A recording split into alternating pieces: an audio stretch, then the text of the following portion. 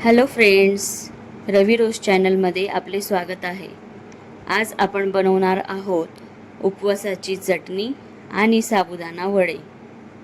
वडे बनवण्याची योग्य पद्धत मी तुम्हाला आज सांगणार आहे, जेणेकरून वडे तेलकट बनणार नाहीत. चला आधी आपण चटणी बनवून घेऊया. त्यासाठी आपण 4-5 हिरव्या मिरच्या कच्च्या घ्यायच्या आहे. तसेच अर्धी वाटी कच्चे शेंगदाणे घ्यायचे आहे. 2 चम्मच साखर घ्यायची आहे आणि अर्धा चम्मच निंबू पावडर घ्यायची आहे, कारण चटणी आपल्याला चटपटी बनवायची आहे. आणि चवीनुसार मीठ टाकायचे आहे आणि चटणी हळूहळू पाणी टाकून वाटून घ्यायची आहे.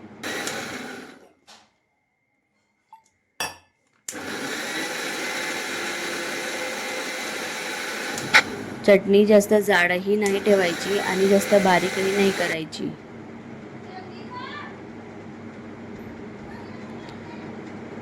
आपण बघून घेऊया. बघा किती छान प्रकारे चटणी वाटली गेली आहे, एकदम परफेक्ट. आता आपण वडे बनवण्याची प्रोसेस सुरू करू. त्यासाठी मी 4 ते 5 बटाटे उकडून बारीक मॅश केले आहेत आणि त्याच्यात आता साबुदाणा घालून मॅश करून घेते आहे. बटाट्याचं किस जेवढं असेल त्याच्या दुपटीने साबुदाणा वापरावा. आता त्याच्यात चवीनुसार लाल तिखट आणि चवीनुसार मीठ ॲड करू. साबुदाणा हा रात्रभर भिजलेला पाहिजे, एकदम परफेक्ट. जास्त नरमही नको आणि जास्त कडकही नको. तसेच बटाटेही योग्य पद्धतीने उकडले गेले पाहिजे, तरच वडे तेलकट येणार नाही. बटाट्यांमध्ये पाणी किंवा साबुदाण्यामध्ये पाणी जास्त झाल्यास वडे तेलकट होतात. साबुदाणा आणि बटाट्याचं खीस चांगलं एकजीव करून घेऊ. पिठाचा गोळा तयार व्हायला लागला की समजायचं आपले वडे एकदम कुरकुरीत आणि स्वादिष्ट बनणार आहेत. चला तर मग आपण आता वडे तळून घेऊयात.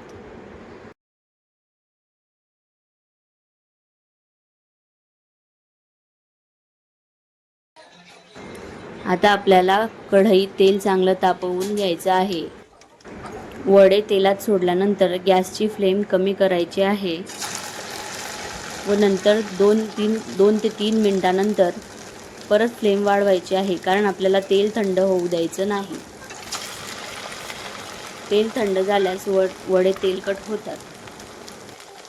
जोपर्यंत वडा तेलावर तरंगत नाही तोपर्यंत चमचा घालायचा नाही, नाहीतर वडा तुटतो आणि तेलकट होतो. हे बघा कसे तरंगायला लागले वडे. आता हाय टू मीडियम फ्लेमवर वडे चांगले तळून घ्यावे. तुम्हाला जर हातावर वडा जमत नसेल तर पाटावर सुद्धा तुम्ही वडा थापून तेलात सोडू शकतात. फक्त वड्यांना आपल्याला पाणी किंवा तेल लावून थापायचं नाही. त्याकरता पाटावर तुम्ही पॉलिथिन ठेवून वडे थापू शकतात, जेणेकरून वडे चिकटणार नाही. बघा वडे कसे कुरकुरीत झालेले आहेत. आपण आता त्यांना टिश्यू पेपरवर काढून घेऊयात.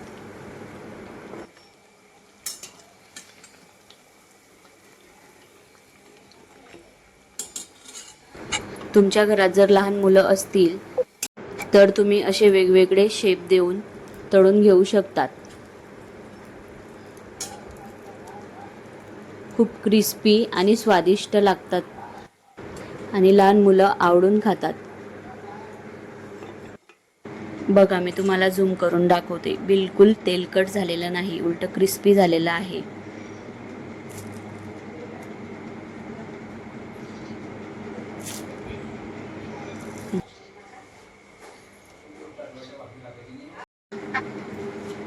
साबुदाणा वडा आणि चटणी तयार झालेले आहेत.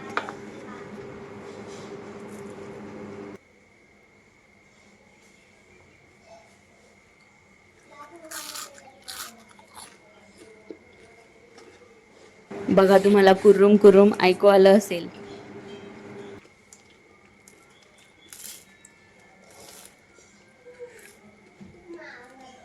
तसाच वडाही खूप क्रिस्पी झालेला आहे. रेसिपी आवडली असेल तर कमेंट करा, चॅनलला सबस्क्राईब करा, लाईक करा आणि शेअर करा.